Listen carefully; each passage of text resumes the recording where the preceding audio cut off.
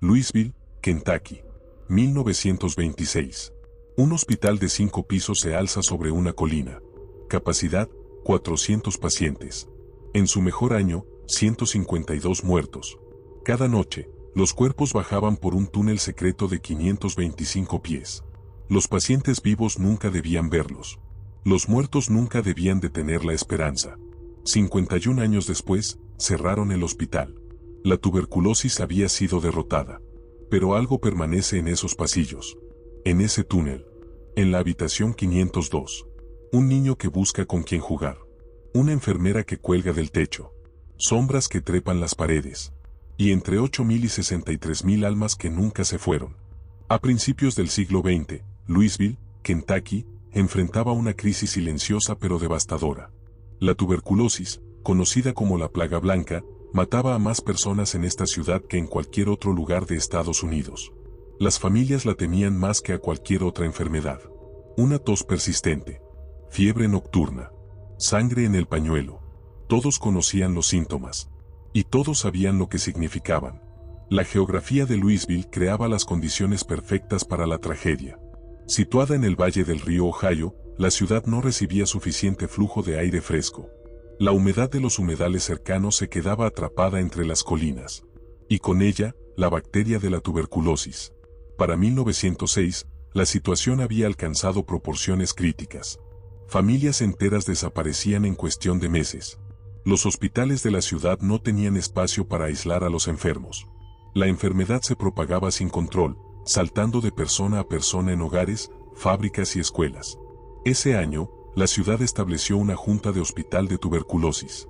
Su misión era simple pero urgente: encontrar un lugar para construir un sanatorio que pudiera contener la epidemia. Necesitaban aislamiento. Necesitaban altitud. Necesitaban aire limpio. La búsqueda los llevó a una propiedad en las afueras de la ciudad. Había pertenecido al mayor Thomas Haas desde 1883. Haas había comprado la tierra para construir su casa familiar, lejos del bullicio urbano. Como la propiedad estaba tan alejada de las escuelas existentes, había construido una pequeña escuela de una sola aula para sus hijas. La maestra que contrató se llamaba Lizzie Lee Harris. Era una mujer educada que amaba las novelas de Walter Scott, especialmente sus historias de Waverly. Cuando tuvo que nombrar la pequeña escuela, eligió ese nombre, Waverly School.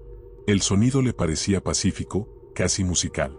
Al mayor Haas le gustó tanto el nombre que decidió llamar a toda su propiedad Waverly Hill. El nombre evocaba tranquilidad, belleza, paz.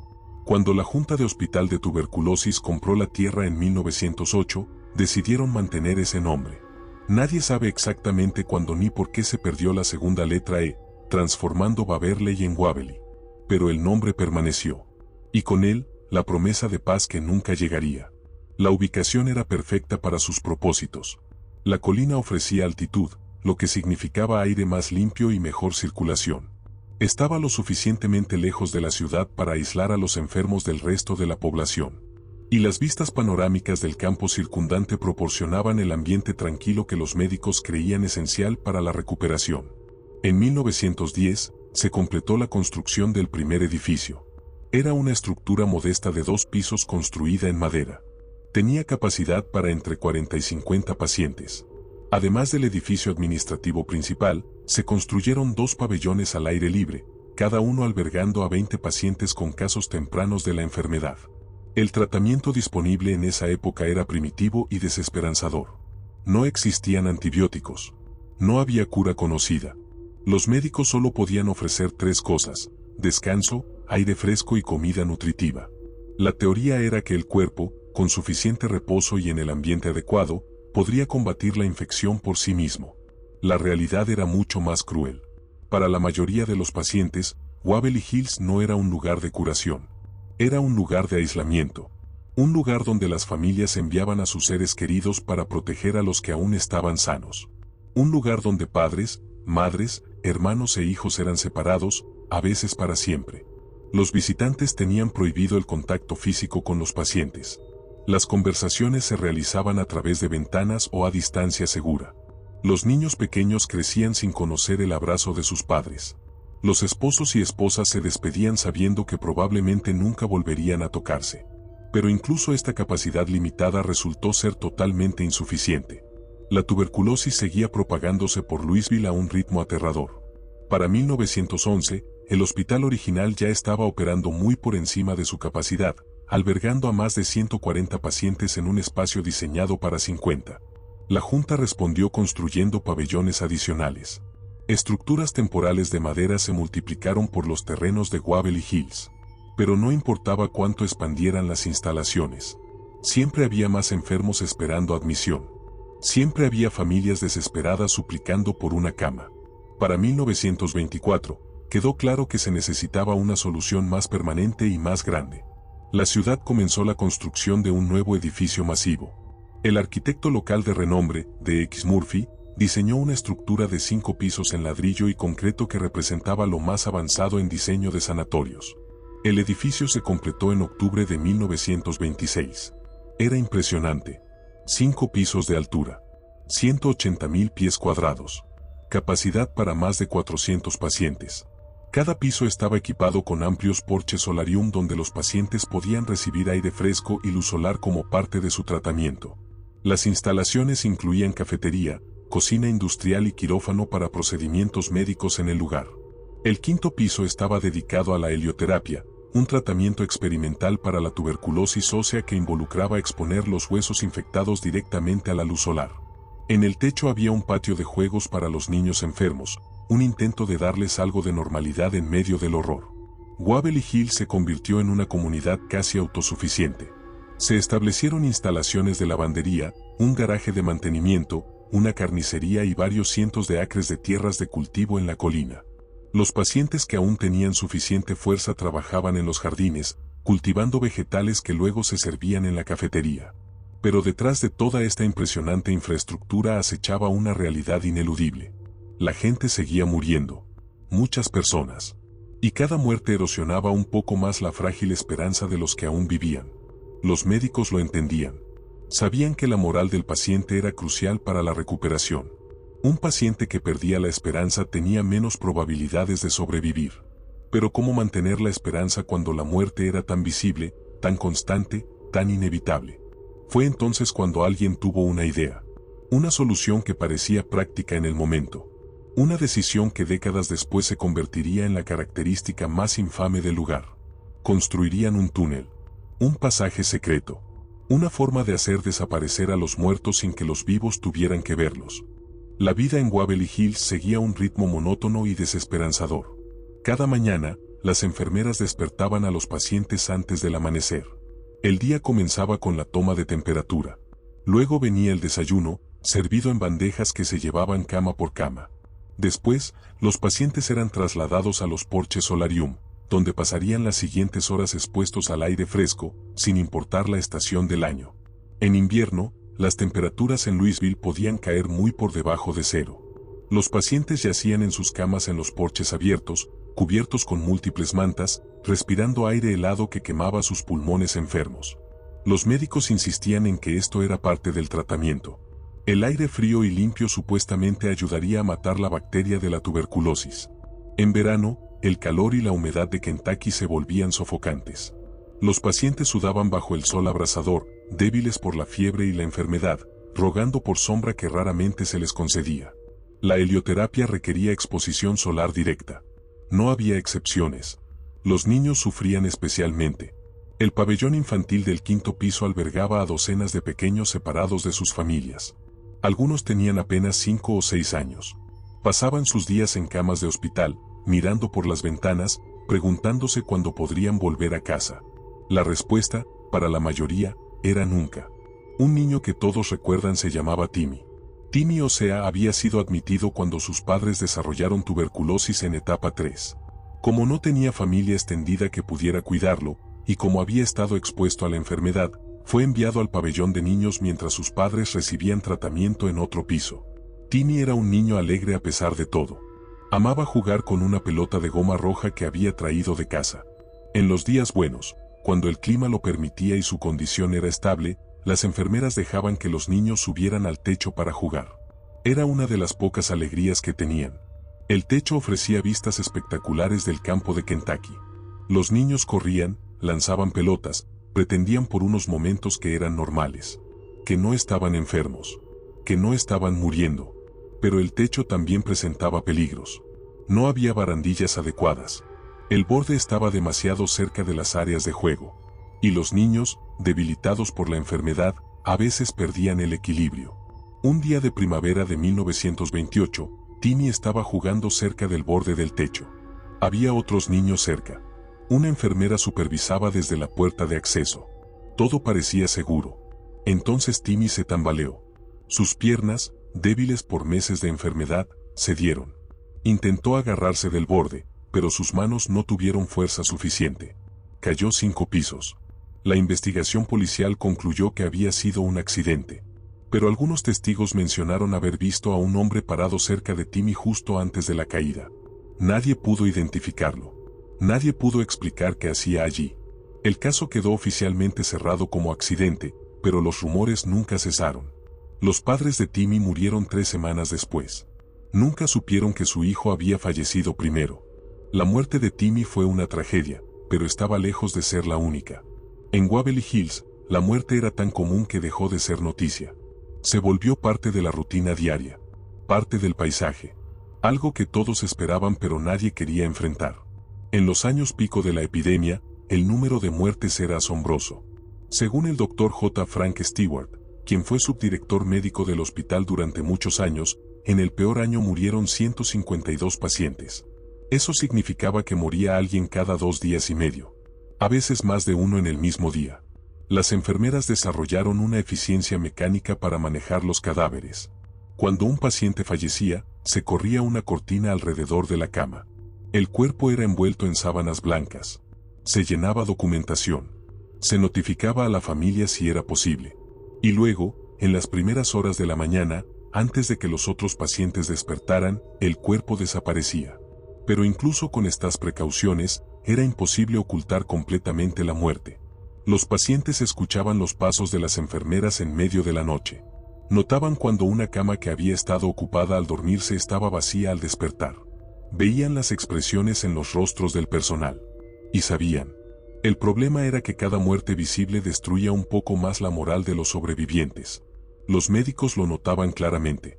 Después de una muerte en una sala, los pacientes de esa misma sala tendían a empeorar. Algunos dejaban de comer. Otros dejaban de hablar. La desesperanza se propagaba tan rápido como la enfermedad misma. El personal médico intentaba contrarrestar esto con actividades recreativas. Organizaban eventos sociales en el salón comunitario. Proyectaban películas. Celebraban días festivos con decoraciones y comidas especiales. Traían músicos para tocar en los porches. Pero nada de esto podía cambiar la realidad fundamental. Este era un lugar donde la gente venía a morir. Y todos lo sabían. Fue en este contexto que la administración del hospital tomó una decisión que cambiaría para siempre la historia de Waverly Hills. Decidieron construir un sistema para transportar a los muertos sin que los vivos tuvieran que verlos. Un pasaje secreto. Un túnel de muerte. La construcción comenzó como parte del proyecto original del edificio de 1924.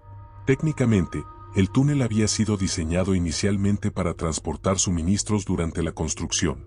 Era un pasaje subterráneo que conectaba el edificio principal con las vías del ferrocarril en la base de la colina. Una rampa empinada de 525 pies de longitud con un sistema de rieles y vagones motorizados. Pero una vez que el edificio estuvo completo, el túnel encontró un propósito mucho más siniestro.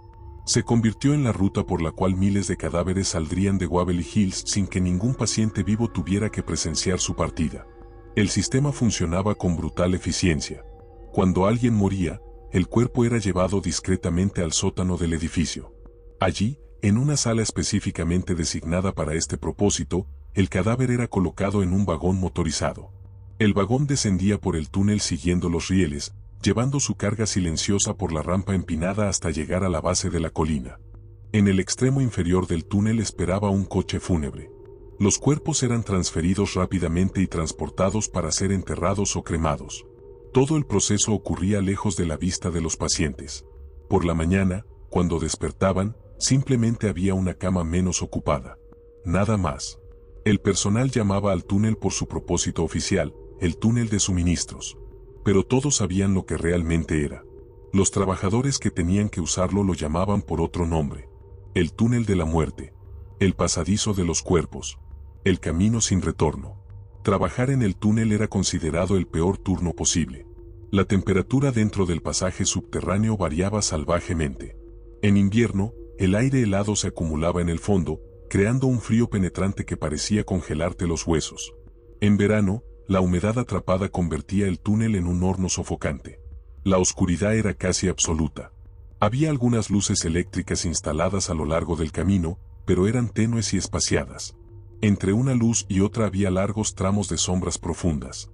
El sonido de los pasos resonaba de manera extraña en las paredes de concreto. El eco hacía que pareciera que siempre había alguien más allí, justo fuera del alcance de la vista. Los trabajadores comenzaron a reportar experiencias extrañas. Algunos juraban escuchar voces susurrando en la oscuridad.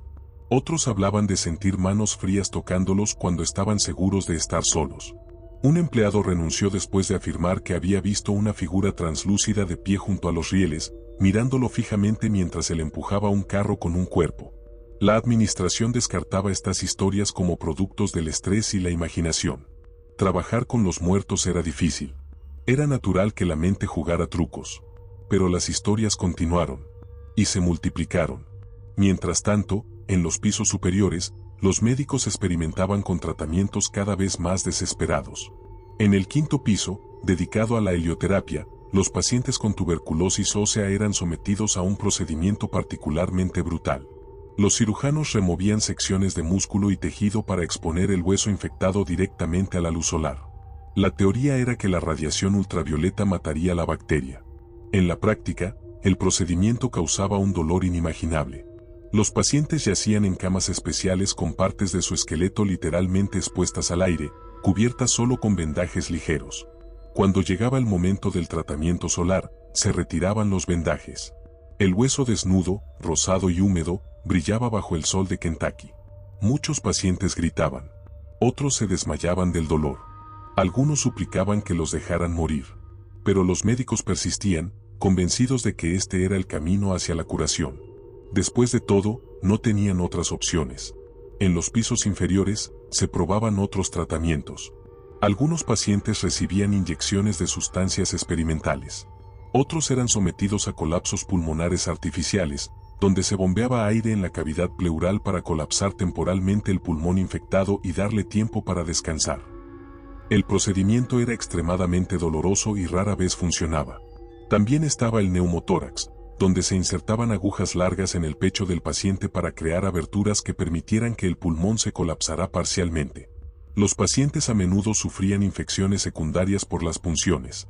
Algunos desarrollaban neumotórax espontáneos que resultaban fatales. La sala de operaciones del primer piso veía cirugías cada vez más drásticas.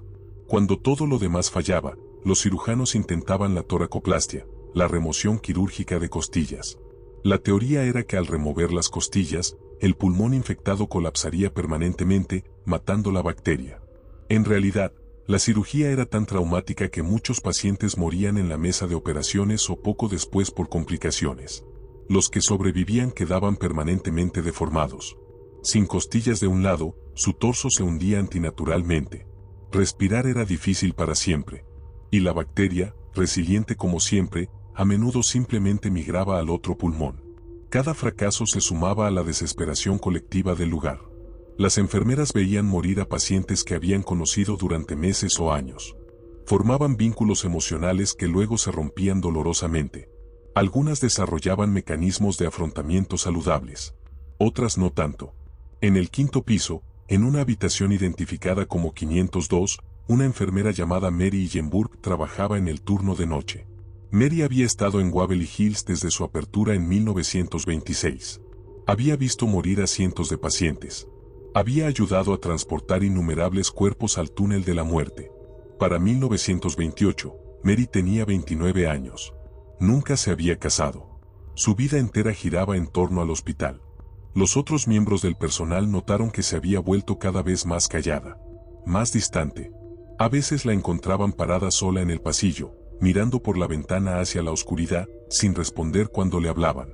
Una noche de marzo, Mary terminó su turno como siempre. Firmó la salida. Se despidió de las enfermeras del turno siguiente. Pero en lugar de irse a casa, subió las escaleras hasta el 5º piso. Entró en la habitación 502. A la mañana siguiente, una enfermera que pasaba por allí notó que la puerta de la habitación 502 estaba cerrada. Eso era inusual. La habitación estaba vacía y generalmente se dejaba abierta. Abrió la puerta. Mary Hillenburg colgaba de la lámpara del techo. Había usado su propio cinturón. Su rostro estaba gris. Sus ojos abiertos. Llevaba muerta varias horas. No dejó nota. No dio explicación. Pero todos los que la conocían entendían. El peso de toda esa muerte finalmente había sido demasiado para ella. 4 años después, en 1932, otra enfermera también murió en circunstancias trágicas. Esta vez fue diferente. No fue un suicidio por ahorcamiento sino un salto desde el techo. La enfermera, cuyo nombre nunca fue oficialmente confirmado, estaba embarazada y no casada. En 1932, esto era un escándalo social devastador. Perdería su trabajo, su reputación, su futuro. La vergüenza sería insoportable. Una tarde, subió al techo. El mismo techo donde Timmy había jugado con su pelota. El mismo techo desde donde había caído 4 años antes. Se paró en el borde, mirando hacia abajo. Y saltó.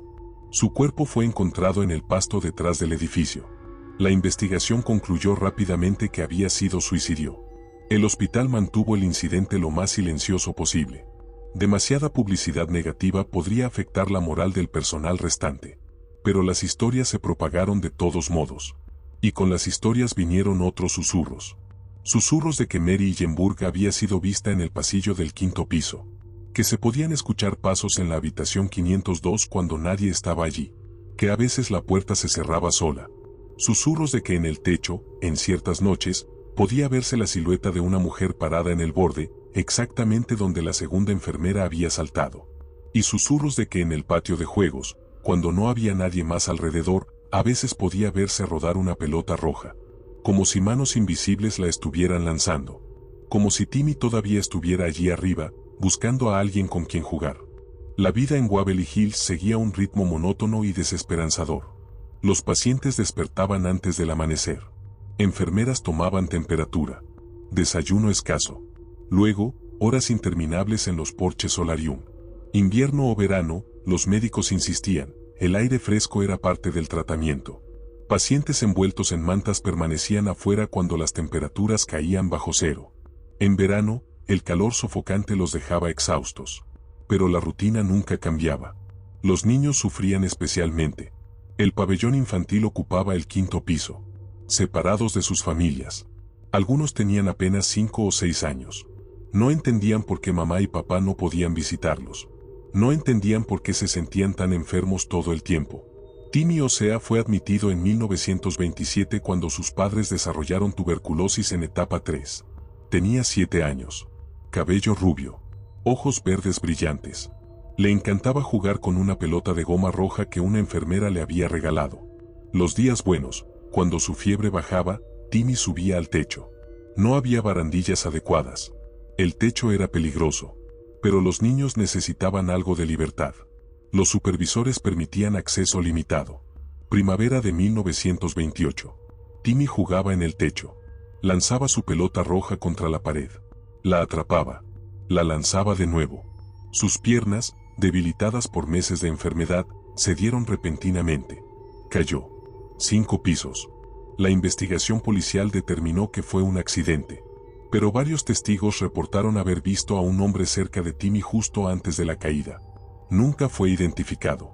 Los padres de Timmy murieron 3 semanas después. Nunca supieron que su hijo había muerto primero. La muerte era común en Waverly Hills. Parte de la rutina diaria.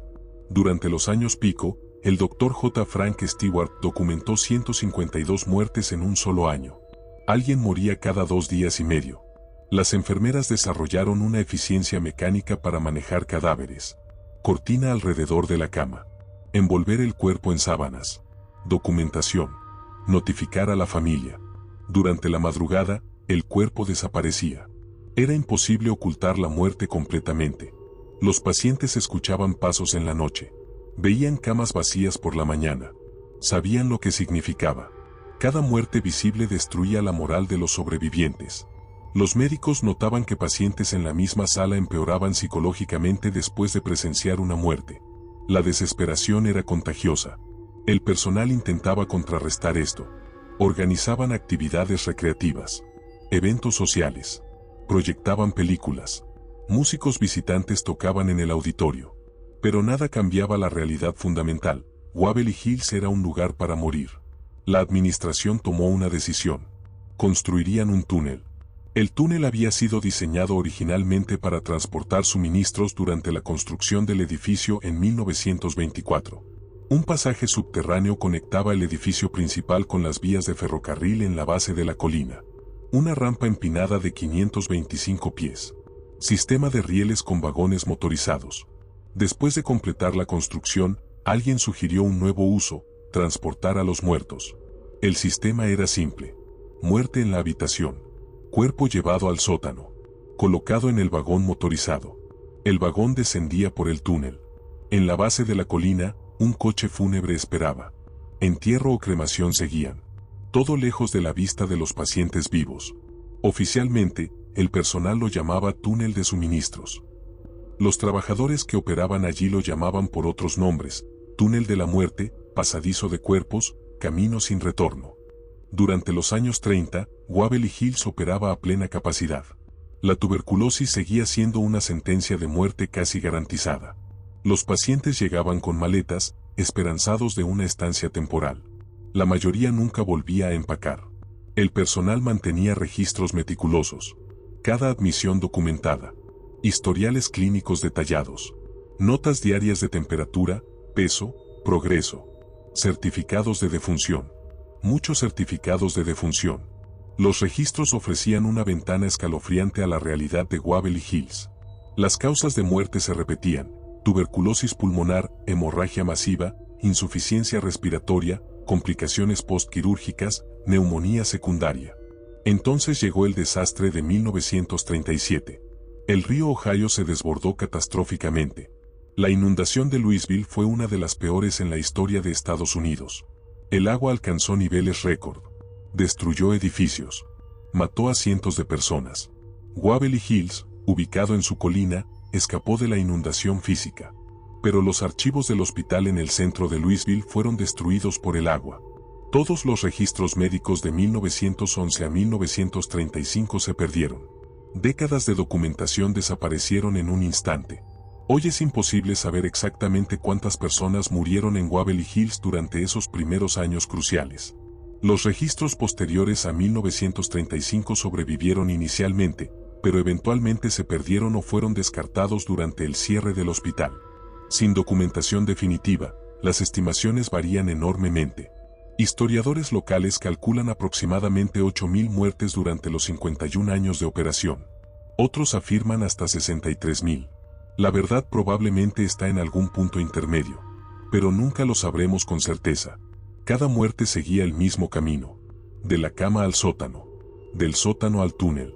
Del túnel al coche fúnebre en la base de la colina. 525 pies que miles de cuerpos recorrieron. Ninguno regresó. Los trabajadores del túnel desarrollaron supersticiones y rituales. Nunca iban solos si podían evitarlo.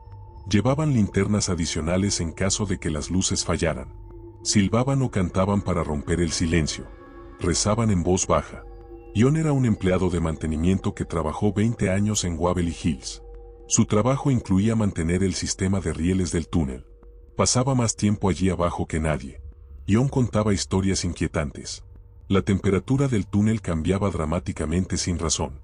Había una sección específica que era inexplicablemente más fría. El frío penetraba los huesos. 10 pies más adelante, temperatura normal. Las sombras se movían en su visión periférica. Giraba para mirar. Nada. Apartaba la vista. La sombra volvía a moverse. Pasos detrás de él cuando estaba solo. Se detenía. Los pasos se detenían. Continuaba caminando. Los pasos comenzaban de nuevo. Como si alguien lo estuviera siguiendo, igualando su ritmo exactamente. Pero lo más inquietante eran las voces. Susurros suaves, apenas audibles. Sonaban como múltiples personas teniendo conversaciones en voz baja, justo fuera del alcance auditivo. Ion intentó grabar los sonidos con un dispositivo simple. Cuando reprodujo la cinta, los susurros estaban allí. Pero había algo más. Algo que sonaba inquietantemente como gemidos de dolor. Mostró la grabación a otros empleados. Algunos lo descartaron como interferencia eléctrica o ecos de ventilación. Otros no estaban seguros. Todos estuvieron de acuerdo en una cosa: nadie quería trabajar solo en el túnel después del anochecer. En los pisos superiores, la vida diaria continuaba. Los pacientes formaban comunidades temporales basadas en su ubicación en el edificio. Primer piso, casos leves con esperanza de recuperación. Quinto piso, los más enfermos, con probabilidades mínimas. Todos lo sabían. Las salas comunes se llenaban por las tardes cuando los pacientes con fuerza suficiente socializaban. Jugaban cartas. Leían libros. Escuchaban radio. Intentaban mantener alguna sensación de normalidad. Las amistades se formaban rápidamente. Los romances florecían. Breves, intensos, impulsados por la urgencia de personas cuyo tiempo se estaba acabando. Algunos matrimonios se celebraban en Waverly Hills. Pacientes que querían casarse antes de que fuera demasiado tarde. Las uniones duraban semanas. Días. Los niños en el pabellón infantil vivían en su propio mundo. Las enfermeras organizaban lecciones escolares y actividades recreativas. Pero los niños sabían. Veían compañeros desaparecer. Entendían el significado. Vivían con miedo constante de ser los siguientes. Después de la muerte de Timmy, el acceso al techo fue restringido. Se instalaron barandillas. Se implementaron reglas estrictas de supervisión. Pero el daño estaba hecho. El techo tenía reputación. Aire de tragedia que nunca se disipó. Las enfermeras del turno nocturno en el quinto piso comenzaron a reportar experiencias extrañas. Una mujer en uniforme de enfermera antiguo caminando por los pasillos. Cuando se acercaban para preguntar si necesitaba ayuda, la figura desaparecía. Se desvanecía en el aire. La habitación 502 desarrolló una reputación siniestra. Los pacientes se negaban a ser asignados allí. Decían que la habitación se sentía mal. Escuchaban llanto cuando la habitación estaba vacía. Una enfermera del turno nocturno entró en 502 para verificar algo. Encontró todos los cajones del armario médico abiertos. Los había cerrado personalmente 20 minutos antes. Nadie más había estado en el área del piso. Otro miembro del personal reportó oler pan fresco horneándose al pasar por 502. Un olor reconfortante pero fuera de lugar en un hospital. Entró en la habitación para investigar. El olor desapareció instantáneamente. La administración desalentaba estas discusiones. Instruyeron al personal a no hablar de imaginaciones o supersticiones frente a los pacientes. La moral de los pacientes era demasiado frágil sin añadir historias de fantasmas. Las historias continuaron de todos modos. Se propagaron entre el personal. Susurraban en vestuarios durante cambios de turno. Compartían en voz baja durante noches largas en pasillos oscuros y silenciosos. Un médico en los años 40 mantuvo un diario personal. Nunca tuvo intención de publicarlo. Era su forma de procesar el trauma de trabajar en un lugar donde la muerte era omnipresente. Años después de su muerte, su familia descubrió el diario. Las páginas describían la fatiga emocional de perder paciente tras paciente. La frustración de la impotencia médica. No importaba cuánto esfuerzo pusiera, la mayoría moriría. También describía experiencias que no podía explicar. Noches en pasillos vacíos escuchaba puertas cerrarse detrás de él. Mañanas encontraba equipos médicos reorganizados sin sentido. Momentos donde sentía una presencia invisible junto a él mientras examinaba pacientes. Escribió sobre una noche particular. Solo en el cuarto piso revisando historiales en la estación de enfermeras. Escuchó pasos acercándose por el pasillo. Pesados. Definitivos. Levantó la vista esperando ver al personal. Nadie. El pasillo estaba completamente vacío. Los pasos continuaron. Se acercaron a la estación. Pasaron junto a él. Sintió el desplazamiento de aire como si alguien realmente hubiera caminado a su lado. Los pasos continuaron por el pasillo hasta desvanecerse en la distancia. Se quedó sentado durante minutos, cuestionando su cordura. Anotó en el diario: no puedo explicar esto. Preferiría poder hacerlo. 1943 trajo un rayo de esperanza. Albert Schatz, estudiante de doctorado en Rutgers, descubrió la streptomicina. Un antibiótico derivado de bacterias del suelo que funcionaba contra la tuberculosis. Los ensayos clínicos de 1946 a 1948 demostraron que era extraordinariamente efectivo contra la tuberculosis pulmonar. Por primera vez en la historia humana, había una cura real para la plaga blanca. Pero la streptomicina no llegó a Waverly Hills inmediatamente. El suministro era limitado. El medicamento era caro. Las prioridades de distribución favorecían ciertos hospitales. No fue hasta 1949 que Waverly Hills comenzó a recibir suministros regulares del antibiótico milagroso. El cambio fue dramático. Pacientes que habrían muerto años antes ahora se recuperaban. Las tasas de mortalidad cayeron precipitadamente. Para 1955, las muertes anuales en Waverly Hills habían caído a solo 42. Menos de un tercio del pico de 152. El personal experimentaba emociones complejas. Alegría de finalmente poder salvar vidas. Alivio de que el sufrimiento interminable estaba terminando. Pero también culpa del superviviente. ¿Por qué la cura no llegó antes? ¿Cuántos miles murieron innecesariamente mientras el descubrimiento estaba a años de distancia? Las tasas de infección de tuberculosis estaban cayendo rápidamente en Estados Unidos. La necesidad de sanatorios masivos comenzó a desaparecer. Los pacientes se recuperaban y volvían a casa. Los nuevos ingresos disminuyeron a un goteo. Las salas antes llenas ahora estaban vacías. Para 1960, Waverly Hills albergaba solo un puñado de pacientes. La tuberculosis finalmente estaba bajo control. Los antibióticos habían logrado lo que décadas de aire fresco, cirugías brutales y esperanza desesperada nunca pudieron. Junio de 1961. Waverly Hills cerró oficialmente como sanatorio de tuberculosis. Los últimos pacientes fueron transferidos al sanatorio Hazelwood en Louisville. El personal fue despedido o reubicado. El edificio masivo, centro de tanta esperanza y sufrimiento, quedó silencioso. Pero la historia estaba lejos de terminar. Solo un año después del cierre, el edificio reabrió con un propósito completamente diferente. Centro Geriátrico Bodaven. Un hogar para ancianos que atendía principalmente pacientes con demencia, problemas de movilidad severos y discapacidades mentales graves. Desde el principio, Bodaven tuvo problemas. El edificio había sido diseñado como sanatorio de tuberculosis, con grandes áreas abiertas para circulación de aire. No era ideal para un hogar de ancianos. Las vastas salas y pasillos largos hacían que la supervisión adecuada fuera casi imposible. Los problemas iban más allá de la arquitectura. Bodaven estaba crónicamente falto de personal y sobrepoblado.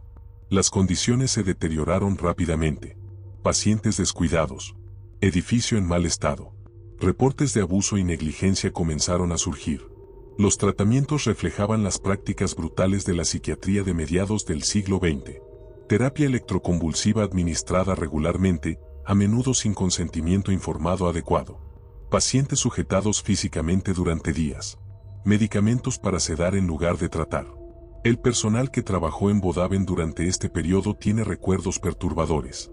Era un lugar donde los gritos resonaban por los pasillos a todas horas. Pacientes confundidos y asustados vagaban sin rumbo. La muerte, una vez más, era una presencia constante. Y reportaron otras cosas. Cosas que no podían explicar. Sombras que se movían donde no debería haber sombras. Sonidos de pasos en pisos que sabían estaban vacíos. Puertas que se cerraban solas. Luces que parpadeaban sin razón eléctrica identificable. Una asistente de enfermería que trabajaba turnos nocturnos en los años 70 tuvo una experiencia que nunca olvidó. Estaba haciendo rondas en el cuarto piso alrededor de las 3 de la madrugada. Los pasillos estaban oscuros, iluminados solo por las luces de emergencia tenues. Escuchó un sonido. Boing, boing, boing. Rítmico, constante. Venía de más adelante en el pasillo. Se detuvo. El sonido continuó. Una pelota rebotando. Encendió su linterna y apuntó por el pasillo. No vio nada. Pero el sonido continuó. Más cerca ahora. Entonces, en el borde del haz de su linterna, vio algo. Una pelota de goma roja rodando lentamente por el centro del pasillo. Rodó hacia ella. Pasó junto a sus pies. Continuó rodando detrás de ella antes de detenerse. Miró hacia atrás. La pelota estaba allí, perfectamente quieta en medio del pasillo vacío. Nadie más. No había forma de que una pelota rodara así sola. Recogió la pelota. Estaba fría al tacto. Más fría de lo que debería estar. La sostuvo un momento, decidiendo qué hacer. Entonces escuchó algo que le heló la sangre. Risas de niño. Alegres. Juguetonas. Venían de cerca pero no podía localizar exactamente dónde. Dejó caer la pelota y se alejó rápidamente. Miró hacia atrás una vez. La pelota había desaparecido. No volvió a trabajar turnos nocturnos después de eso. Para 1982, las condiciones en Bodaven eran tan atroces que las autoridades estatales intervinieron. El edificio fue cerrado permanentemente. Los pacientes restantes fueron trasladados a otras instalaciones. El personal fue despedido. Waverly Hills, por segunda vez en su historia, quedó abandonado. Pero esta vez no volvería a abrir como institución médica. Durante casi 20 años, de 1982 a 2001, Waverly Hills se convirtió en un imán para vándalos, cazadores de emociones y jóvenes buscando lugares para beber y hacer graffiti. Las cercas fueron cortadas. Las puertas forzadas. Las ventanas rotas. El interior se deterioró rápidamente. Pintura descascarándose. Pisos cubiertos de escombros. Agua filtrándose por agujeros en el techo. El graffiti cubría cada superficie. Algunos grafitis eran simples nombres y fechas. Otros eran elaboradas piezas de arte callejero. Muchos eran mensajes inquietantes: salgan mientras puedan. Él está aquí. No están solos. Los muertos no descansan. Y durante estos años, las historias sobre Waverly Hills comenzaron a propagarse. No eran rumores vagos. Eran relatos específicos, detallados, corroborados por múltiples testigos. Un grupo de adolescentes entró una noche de octubre en 1993. En el quinto piso, vieron una figura translúcida de una mujer. Llevaba lo que parecía ser un uniforme de enfermera antiguo.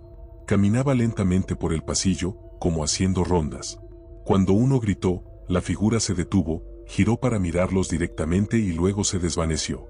Un fotógrafo interesado en arquitectura abandonada visitó en 1995. Tomó docenas de fotos. Cuando las reveló, varias mostraban anomalías inexplicables. Orbes de luz que no había visto. Sombras en formas humanoides donde no debería haber sombras. Y en una foto del cuarto piso, claramente el rostro de un hombre mirando desde una habitación que sabía estaba vacía. Los equipos de investigación paranormal comenzaron a visitar regularmente.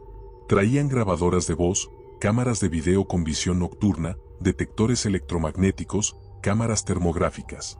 Y consistentemente capturaban algo. Las grabaciones de voz eran particularmente inquietantes. Los investigadores hacían preguntas en habitaciones vacías. ¿Hay alguien aquí? ¿Cuál es tu nombre? En el momento no escuchaban respuestas. Pero en la reproducción, había voces.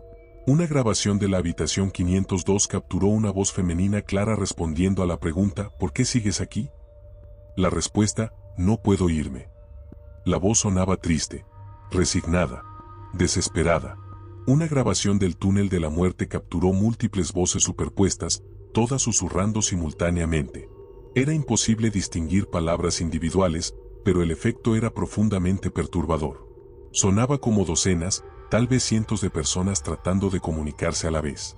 Los detectores electromagnéticos se disparaban sin causa aparente. Picos masivos de actividad que desaparecían tan rápidamente como aparecían. Estos picos a menudo coincidían con cambios repentinos de temperatura o con la sensación de ser observados. Las cámaras termográficas mostraban puntos fríos que se movían por las habitaciones. No eran áreas de temperatura baja estática. Se movían. Se desplazaban. A veces seguían a los investigadores. Y ocasionalmente tomaban formas inquietantemente similares a siluetas humanas. Un investigador llamado Marcus visitó en 1998. Era escéptico por naturaleza. Había investigado docenas de lugares supuestamente embrujados y siempre había encontrado explicaciones racionales. Lo que experimentó esa noche cambió su perspectiva permanentemente. Su equipo exploraba el tercer piso alrededor de medianoche. Marcus se separó brevemente para verificar una habitación al final de un pasillo. Entró con su linterna, barriendo el haz alrededor. Escombros. Graffiti. Nada inusual. Cuando giró para salir, la puerta se cerró violentamente frente a él. No un cierre suave. Un golpe. Como si alguien la hubiera azotado con fuerza. Intentó abrir la puerta. Estaba atascada. Empujó más fuerte. No se movía. Era como si algo la sostuviera del otro lado. Gritó a su equipo. Podía escucharlos corriendo por el pasillo. Podía escucharlos intentando abrir la puerta desde afuera, pero la puerta no cedía. Entonces la temperatura en la habitación cayó drásticamente. Su aliento se volvió visible. Escarcha se formó en los bordes de las ventanas rotas. En segundos, la habitación pasó de incómodamente fría a dolorosamente helada. Y entonces vio algo. En la esquina donde no había nada momentos antes, había una figura. Oscura. Sólida. En forma humana pero sin características definibles. Una masa de sombra más oscura que la oscuridad circundante. La figura se movió.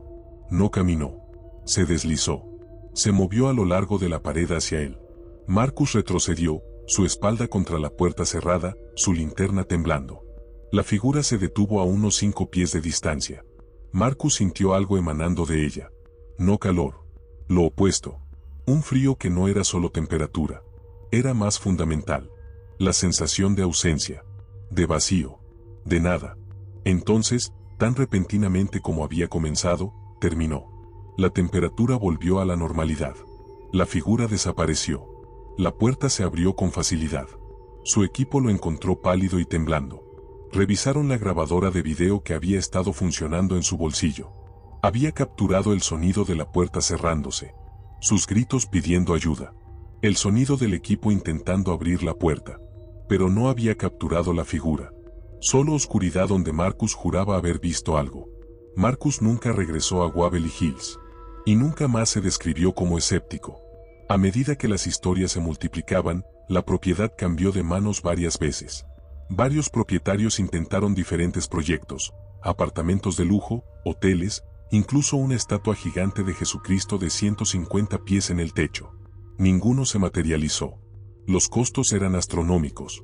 El edificio estaba en tal deterioro que habría sido más barato demolerlo. Y la reputación del lugar era un problema.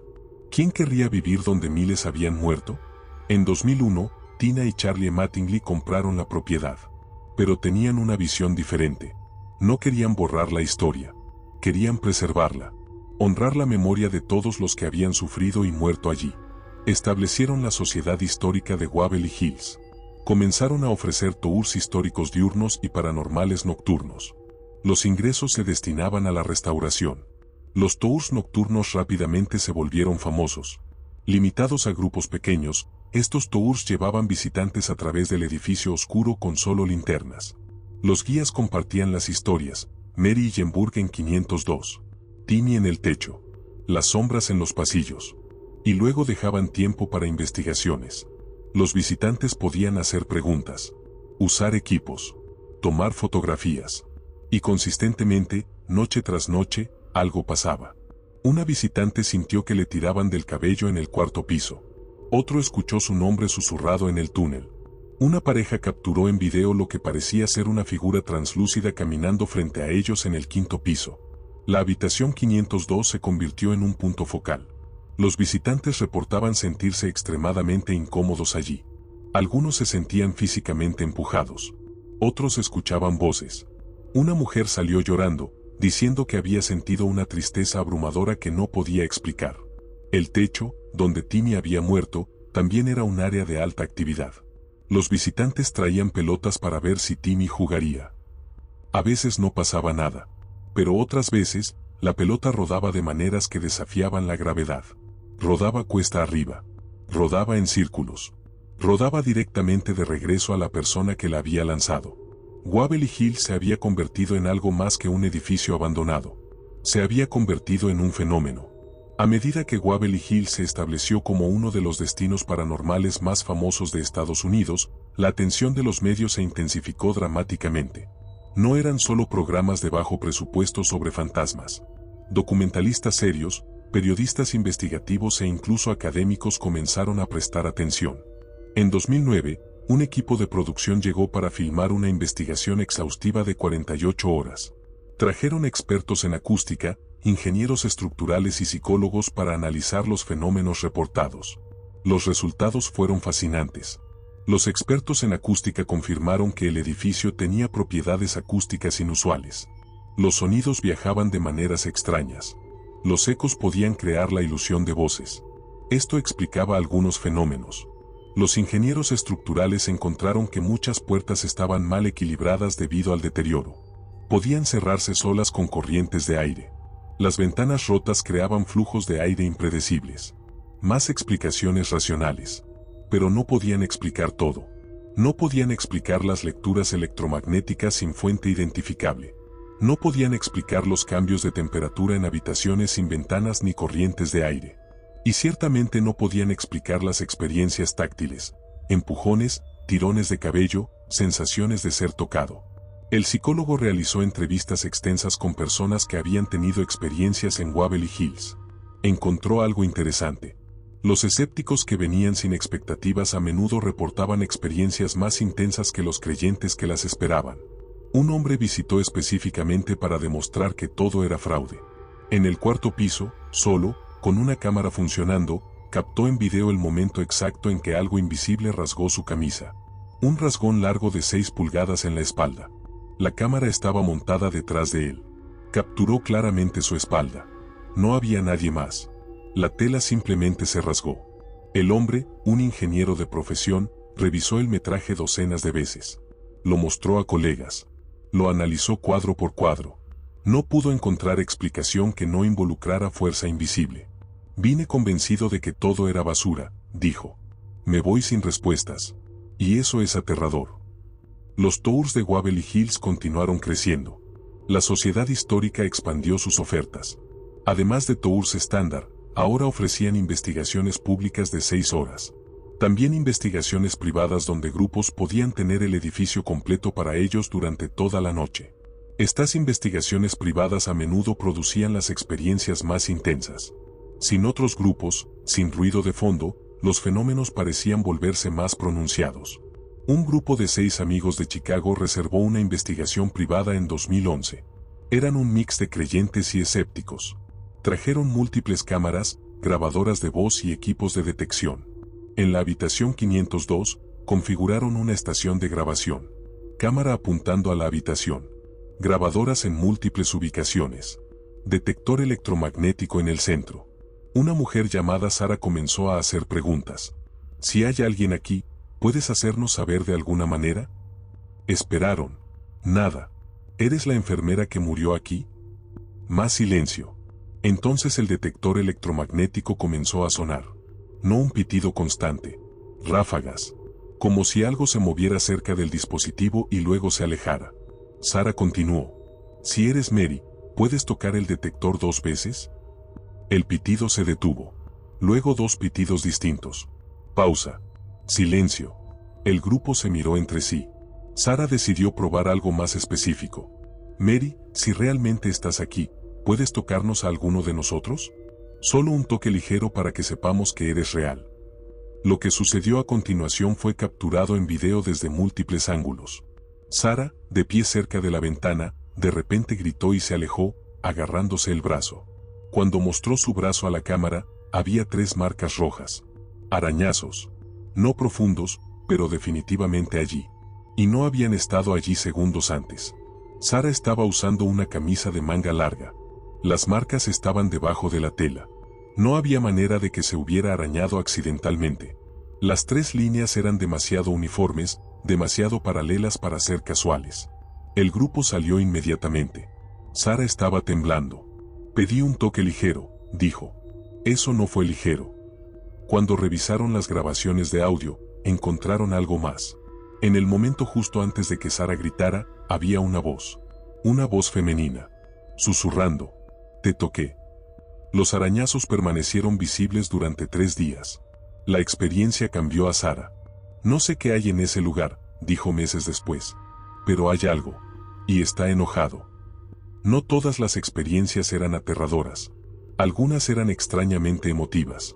Un hombre cuya abuela había muerto de tuberculosis en los años 40 visitó específicamente porque quería sentir alguna conexión con lo que ella había experimentado. En el segundo piso, se sentó solo en una habitación vacía. No tenía equipo. No estaba investigando. Solo quería sentarse en silencio y pensar en su abuela. Después de varios minutos, sintió algo que describió como una sensación de calidez. No física. Emocional. Como si alguien le estuviera diciendo que todo estaba bien. Que el sufrimiento había terminado hacía mucho. Que podía dejar ir su tristeza. Lloró. No de miedo sino de alivio. Dijo que fue la experiencia más catártica de su vida. No podía probar que su abuela había estado allí, pero sentía que lo había estado. Y eso fue suficiente. El túnel de la muerte seguía siendo el área de mayor actividad. Los guías que trabajaban allí regularmente desarrollaron sus propias experiencias. Algunos comenzaron a reconocer patrones. Un guía llamado David notó que ciertas noches el túnel se sentía diferente, más pesado, más opresivo. En esas noches, invariablemente, los grupos experimentaban más fenómenos. Luces de linternas fallando. Baterías completamente cargadas drenándose en minutos. Personas sintiendo que las tocaban o empujaban. David desarrolló un ritual. Antes de entrar en el túnel en esas noches pesadas, hablaba en voz alta. Solo estamos de visita. Respetamos este lugar y a todos los que murieron aquí. No queremos causar problemas. Solo queremos aprender. No podía probar que funcionaba, pero en las noches que realizaba este ritual, las experiencias tendían a ser menos agresivas. Como si lo que sea que estuviera allí respondiera al respeto. En 2013, un equipo de investigadores paranormales de renombre mundial pasó una semana completa en Waverly Hills. No era para televisión. Era investigación privada. Querían tiempo para realizar un estudio sistemático. Configuraron equipos de monitoreo en 20 ubicaciones diferentes. Cámaras con visión nocturna. Grabadoras de audio. Sensores de movimiento. Detectores electromagnéticos. Monitores de temperatura. Durante 7 noches, monitorearon todo continuamente. El volumen de datos que recopilaron fue masivo. Y cuando lo analizaron, encontraron patrones. La actividad no era aleatoria. Tendía a concentrarse entre las 2 y las 4 de la madrugada. Puertas que habían estado quietas toda la noche de repente se abrían. Voces aparecían en grabaciones de audio. Sensores de movimiento se activaban en habitaciones vacías. La actividad también se concentraba en ubicaciones específicas. La habitación 502. El túnel de la muerte. El cuarto piso cerca de la estación de enfermeras. Y el tercer piso en el área que había sido el pabellón de niños. Capturaron varios incidentes notables. En el tercer piso, una cámara mostró claramente una pelota de tenis que habían dejado en el pasillo rodar aproximadamente 15 pies, detenerse y luego rodar de regreso a su posición original. El movimiento no era consistente con un piso inclinado. La pelota se movía con propósito. En la habitación 502, una grabadora capturó lo que sonaba como una conversación completa. 2 voces femeninas hablando en voz baja. Las palabras eran mayormente ininteligibles, pero el tono era claramente conversacional. No había nadie en esa habitación ni en habitaciones adyacentes. En el túnel, un sensor de movimiento se activó indicando algo del tamaño de un adulto moviéndose. La cámara térmica correspondiente mostró una masa fría desplazándose. No una figura humana clara, pero definitivamente algo moviéndose a través del túnel. Se movió desde la entrada superior hasta la mitad del túnel, luego desapareció. El líder del equipo presentó sus hallazgos en una conferencia de investigación paranormal. Su conclusión fue cautelosa pero firme: no podemos probar definitivamente que Waverly Hills está embrujado. Pero hemos documentado fenómenos que actualmente no tienen explicaciones convencionales. Mientras tanto, los esfuerzos de restauración continuaban. En 2015, la Sociedad Histórica completó la restauración de la antigua lavandería en el sótano. La habitación ahora podía alquilarse para eventos privados. Pero incluso este espacio renovado mantenía su atmósfera extraña. Durante un evento de boda en 2016, múltiples invitados reportaron haber visto a una mujer en un vestido blanco antiguo parada en la esquina. Asumieron que era personal con ropa de época. Cuando intentaron hablar con ella, no pudieron encontrarla. El personal confirmó que nadie estaba usando ese vestuario. Las fotos tomadas en el evento mostraron algo inquietante. En el fondo de varias fotos, donde los invitados habían visto a la mujer, había una mancha blanca translúcida, vagamente en forma humana. Definitivamente no era humo o problema de lente. Solo aparecía en fotos tomadas en esa parte específica de la habitación. Para 2020, se estimaba que más de 500,000 de personas habían visitado Waverly Hills desde 2001. De esos visitantes, aproximadamente el 60% reportó experimentar algo que consideraban paranormal. Ese número es extraordinariamente alto para cualquier ubicación supuestamente embrujada. Hoy, Waverly Hills Sanatorium se encuentra en una posición única. Ya no es simplemente un edificio abandonado. Tampoco es solo una atracción turística paranormal. Se ha convertido en algo más complejo, un sitio histórico preservado, un museo vivo de la historia médica estadounidense, según miles de visitantes, uno de los lugares más intensamente embrujados del mundo. La Sociedad Histórica de Waverly Hills continúa sus esfuerzos de restauración. Más de 2 décadas después de que Tina y Charlie Mattingly compraran la propiedad, el edificio ha sido estabilizado. El techo ya no gotea. Las ventanas rotas han sido reemplazadas. Los pisos peligrosos reparados. El grafiti más ofensivo eliminado, aunque algunos han sido preservados como parte de la historia. En 2023, Waverly Hills fue oficialmente incluido en el Registro Nacional de Lugares Históricos. Este reconocimiento federal honra la importancia arquitectónica e histórica del edificio y proporciona protecciones y posibles fuentes de financiamiento para futuros trabajos de restauración. Los tours continúan funcionando durante todo el año. Los tours históricos diurnos atraen familias, entusiastas de la arquitectura e historiadores médicos. Los guías comparten no solo hechos sobre tuberculosis y tratamiento médico, sino también historias personales de pacientes individuales documentadas en registros supervivientes. Está la historia de Elizabeth, una mujer de 22 años admitida en 1937 con tuberculosis pulmonar avanzada. Los registros muestran que mejoró inicialmente. Ganó peso. Sus radiografías mostraron mejoras.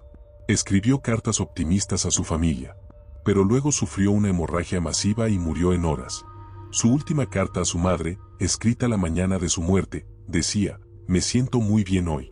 Creo que pronto estaré en casa". Está la historia de Thomas, un niño de 8 años que pasó 3 años en Waverly Hills. Sobrevivió. Regresó a casa en 1952, justo cuando los antibióticos estaban cambiando el pronóstico. Vivió hasta los 79 años. Antes de morir, donó sus registros médicos junto con una nota: "Nunca olvidé a los niños que no salieron. Sus vidas importan. Cuenten sus historias". Estas historias personales han transformado la forma en que muchos visitantes experimentan Waverly Hills. Ya no es solo un lugar espeluznante para buscar fantasmas. Es un monumento a vidas reales. Sufrimiento real. Coraje real. Pero la actividad paranormal continúa. Los tours nocturnos, que cuestan significativamente más que los diurnos, se reservan con meses de anticipación. Los grupos vienen de todo el mundo, trayendo equipos cada vez más sofisticados. En los últimos años, las tecnologías de investigación paranormal han avanzado.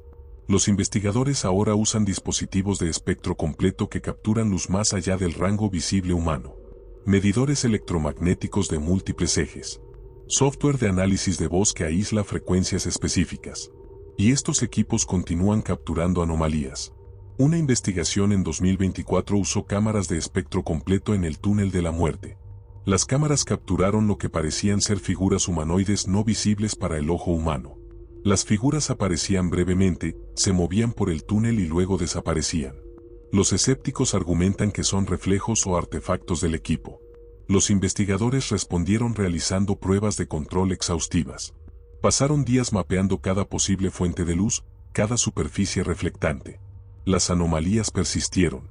La habitación 502 permanece como el área de mayor actividad reportada. La Sociedad Histórica ha instalado una cámara de video permanente que transmite en vivo las 24 horas. Cualquiera puede ver la transmisión en el sitio web de Waverly Hills. Y regularmente, los espectadores capturan algo extraño. Sombras moviéndose cuando la habitación está vacía. Objetos que parecen desplazarse. Cambios inexplicables en la iluminación.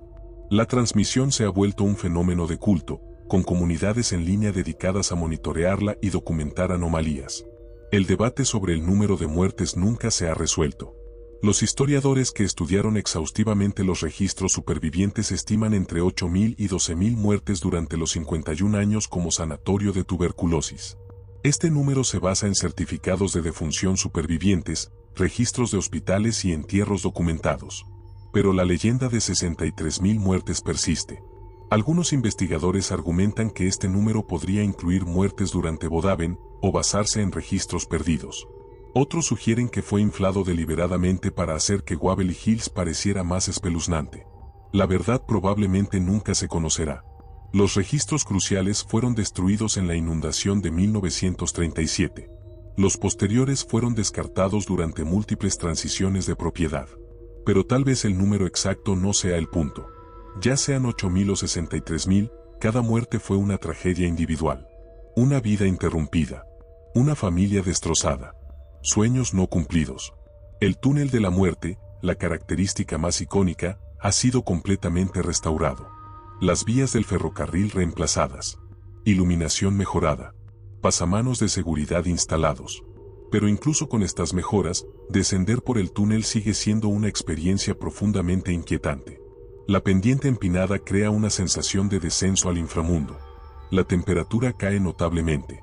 E incluso con mejor iluminación, hay áreas de sombra profunda donde la luz no parece penetrar. Los guías que trabajan el túnel regularmente han desarrollado experiencias personales. Uno llamado Marcus ha estado guiando tours durante 8 años. Dice que puede sentir cuando va a ser una noche activa. Hay una presión, explica. Como un cambio en la presión del aire. Pero no es físico. Es algo más. Y en esas noches, invariablemente, algo sucede. Marcus ya no se asusta por estas experiencias. Ha llegado a aceptarlas como parte de trabajar en Waverly Hills. No sé qué son, dice. Fantasmas, energía residual, o algo completamente diferente. Pero son reales. Después de 8 años, ya no puedo fingir que no lo son. La pregunta que todo visitante finalmente hace es, ¿por qué? Si Waverly Hills realmente está embrujado, ¿por qué permanecerían los espíritus? ¿Qué los mantiene atados? Las teorías son numerosas. Algunos creen que los que murieron aquí estaban tan traumatizados que no pueden seguir adelante.